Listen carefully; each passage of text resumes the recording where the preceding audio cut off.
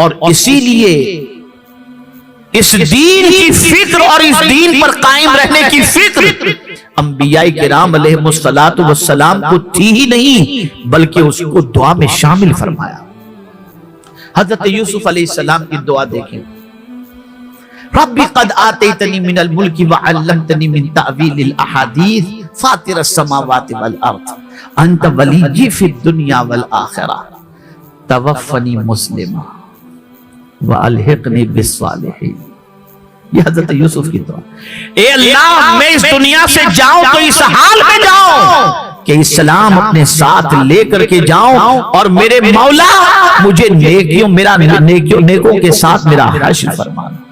ان سے ملا گیا۔ دین زندگی کی آخری سانس تک ہمارے ساتھ وابستہ رہے، اس کی ہمیں فکر کرنی چاہیے، اس کا ہمیں خیال کرنا چاہیے۔ تو آقا کریم صلی اللہ تعالی علیہ وسلم نے جو خطاب فرمایا تھا اس میں یہی تھا، افشوا السلام، سلام پھیلاؤ، واطعموا الطعام، اور بھوکوں کو کھانا کھلاؤ۔ اور بھوکوں کو کھانا کھلانے کے حوالے سے حضور غوثیت مآب رضی اللہ تعالیٰ عنہ فرماتے ہیں کہ میں نے اعمال کے دفتر کو کھنگال کر کے دیکھا کہ فرائض کے بعد کون سا عمل اللہ کو سب سے زیادہ پسند ہے، تو میں نے دیکھا کھانا کھلانا یہ اللہ کو سب سے زیادہ پسند ہے۔ سرکار صلی اللہ علیہ وسلم نے فرمایا کھانا کھلاؤ، اطعموا الطعام۔ اب جو بات عرض کرنے جا رہا ہوں اس کو غور سے سنیے گا۔ تیسری بات جو حضور نے فرمائی، وصل الارحام، صلہ رحمی کرو، یعنی رشتہ جوڑو، رشتہ جوڑو۔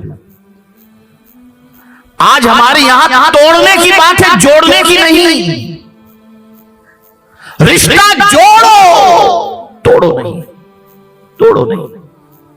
میاں بیوی کے درمیان جدائی، باپ بیٹے کے درمیان جدائی، بھائی بھائی کے درمیان جدائی، یہ ساری چیزیں ہو رہی ہیں۔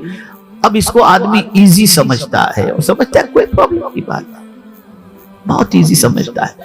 اب جب میں اس کا عذاب آپ کے سامنے بتاؤں گا نا تو آپ سمجھیں گے کہ کتنا بڑا گناہ۔ دو گناہ ایسے ہیں جس کی سزا اللہ صرف آخرت میں نہیں دنیا میں بھی عطا کرتا ہے۔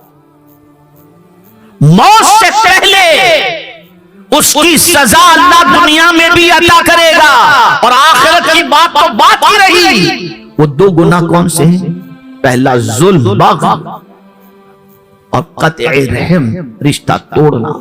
ان دونوں کا عذاب اس گناہ میں گرفتار کرنے ہونے والے کو اللہ مرنے سے پہلے ہی عطا فرما دے گا۔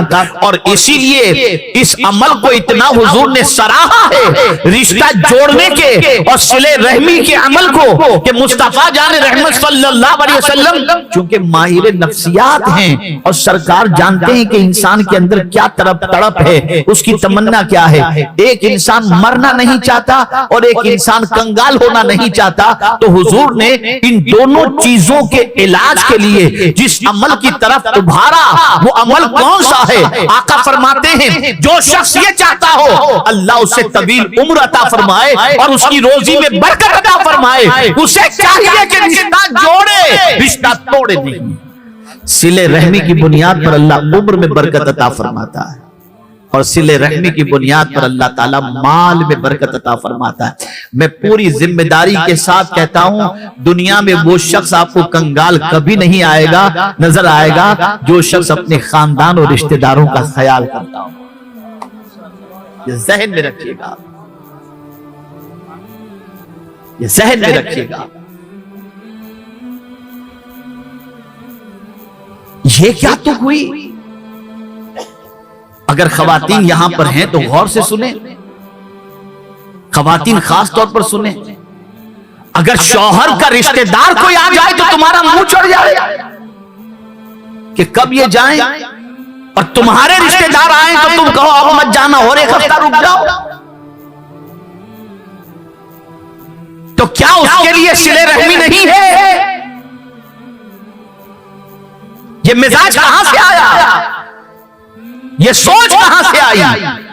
تم اپنے شوہر کو قطع رحم کی بات کرتے ہو، یہ کبھی نہیں ہونا چاہیے. ایک اعتبار سے شوہر کے واسطے سے اس کے ساتھ تمہارا بھی رشتہ بن چکا ہے, تمہارا بھی تعلق بن چکا ہے. اور اس سے رشتہ توڑ دو, اس سے رشتہ توڑ دو, بھائی سے رشتہ توڑ دو, بھابھیوں سے رشتہ توڑ دو, اس سے یہ سب نہ کرنا, ورنہ یاد رکھنا اس کا عذاب اللہ مرنے سے پہلے دنیا ہی میں عطا کر دے گا. اس لیے اس سے بچو. یہ آج جو خاندان اور رشتہ داریاں اور دنیا کے اندر سکون ختم ہو رہا ہے, اس کی وجہ یہ ہے, سب سے بڑی وجہ یہ رشتہ جوڑو, رشتے توڑو مت. اور میں تو بڑی فکر انگیز ایک بات عرض کروں, بڑی فکر انگیز, کتنا ظالم ہے یہ انسان. توجہ چاہوں گا, اگر یہ بات یاد رہ گئی تو میں سمجھوں گا کہ شاید آپ بہت اچھا سبق لے کر جا رہے ہیں. کتنا ظالم ہے انسان, اپنے بنائے ہوئے رشتے کا تو احترام کرتا ہے, قدرت کے بنائے ہوئے رشتے کا احترام نہیں کرتا. تم نے اگر کسی کو دوست بنا لیا تو تمہارے بنائے ہوئے دوست کی بیوی, بچے, ماں, سب کا احترام. اور جس ماں نے تمہیں پیدا کیا تم اس کا احترام نہیں کرتے.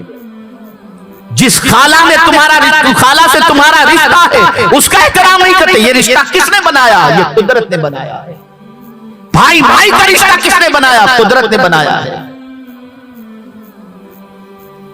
تو قدرت کے بنائے ہوئے رشتے کو توڑ رہے ہو اور اپنے بنائے ہوئے رشتے کو جوڑ رہے ہو. کہاں سے دعائیں قبول ہوں گی؟ کہاں سے دعائیں قبول ہوں گی؟ اور یہاں پھر دین کی بات آئی تو عرض کرتا ہوا چلو, بہت کچھ سکھا رہے ہیں ہم اپنے بچوں کو, سکھاؤ, لیکن دین پہلے سکھاؤ, پہلے دین سکھاؤ. ایک باپ جس کا رنگ تھوڑا سا کالا تھا, بڑی تمنا تھی کہ میں اپنے بچے کو دنیاوی تعلیم سے آراستہ کر دوں, میرا بچہ بھی کچھ بن جائے, ڈاکٹر بن جائے, یہ بن جائے, وہ بن جائے. باپ نے مزدوری کی, محنت کی, مشقت کی اور بچے کو بنا دیا. بن گیا بچہ. اب باپ بالکل بیچارہ انگوٹھا چھاپ, کچھ آتا نہیں تھا, لیکن بس اب وہ بنانے کا ایک شوق ہوتا ہے. آج بھی بہت سارے ایسے ملیں گے آپ کو کہ باپ بیچارے پڑھے لکھے نہیں ہوتے, ماں پڑھی لکھی نہیں ہوتی, لیکن تمنا ہوتی ہے میرا بچہ بڑا بن جائے, میرا بچہ بڑا بن جائے اور ڈاکٹر, انجینئر, یہ سب ہوتا ہے. ٹھیک ہے, تمنا غلط نہیں ہے, ٹھیک ہے, لیکن ماں باپ نے دین نہیں سکھایا, خالی دنیا سکھائی, خالی دنیا سکھائی. اور باپ نے پسینے کی کمائی سے اپنے بچے کو زیور علم سے آراستہ کیا. پھر ایک وقت آیا کہ بچہ جب اعلیٰ تعلیم حاصل کر کے اعلیٰ منصب پر فائز ہوا تو بولتا ہے اب یہ محلہ ابا رہنے جیسا نہیں ہے, کہیں اور جاتے ہیں. اب ایسی جگہ گیا جہاں پر نہ اذان کی آواز آئے نہ کوئی چیز, صاحب بالکل خلط ملط آزادی والا ماحول. زندگی گزر رہی ہے, باپ کو کوفت ہو رہی, لیکن کیا کرے, بوڑھا ہو چکا تھا, کمانے کی طاقت نہیں تھی. ایک دن اس کے گھر اس کے کچھ دوست لوگ آ گئے اور اس وقت اتفاق سے اس کے گھر کے اندر اس کا نوکر نہیں تھا. تو لڑکے نے اپنے باپ سے کہا ابا ذرا ان لوگوں کے لیے چائے لے کر آ جاؤ, لیکن ابا کہہ کر کے نہیں, ذرا چائے لے کر آ جانا ان کے لیے. باپ گیا چائے لینے کے لیے. جب چائے لے کر باپ آیا, بوڑھا تھا باپ, بوڑھا تھا باپ, چائے لے کر باپ آیا تو دوستوں نے اس باپ کے بیٹے سے یعنی اپنے دوستوں سے پوچھا یہ کون ہے؟ تو ان لڑکوں نے کہا یہ ہمارا نوکر ہے. باپ کو نوکر کہا, باپ کو نوکر کہا. باپ آپے سے باہر ہو گیا, چائے کے کپ کو پھینکا اور کہا ظالم, میری سب سے بڑی غلطی یہ ہے کہ میں نے تجھے دنیا کی تعلیم دی لیکن دین کی تعلیم نہیں دی. اگر آج تجھے میں دین کی تعلیم دیا ہوتا تو چائے تو خود اٹھا کر کے لے آتا, مجھے بھی پلاتا اور ان کو بھی پلاتا, اور کبھی مجھے نوکر نہیں کہتا.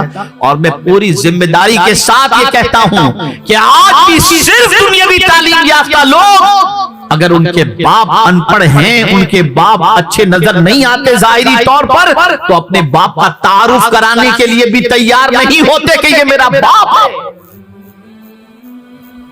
اگر چاہتے ہو کہ تمہارا بچہ مستقبل میں تمہاری آنکھوں کی ٹھنڈک اور تمہارا خیال کرنے والا بنے، تو تمہاری ذمہ داری یہ بن جاتی ہے کہ اپنے بچوں کو دین سکھاؤ، دین کے زیور سے آراستہ کرو، دین سے قریب کرو انہیں۔ جتنا فاصلہ دین سے ہوگا اتنا ہی فاصلہ تمہاری زندگی میں سکون سے ہوگا، اتنے ہی سکون سے دور ہوتے چلے جاؤ گے۔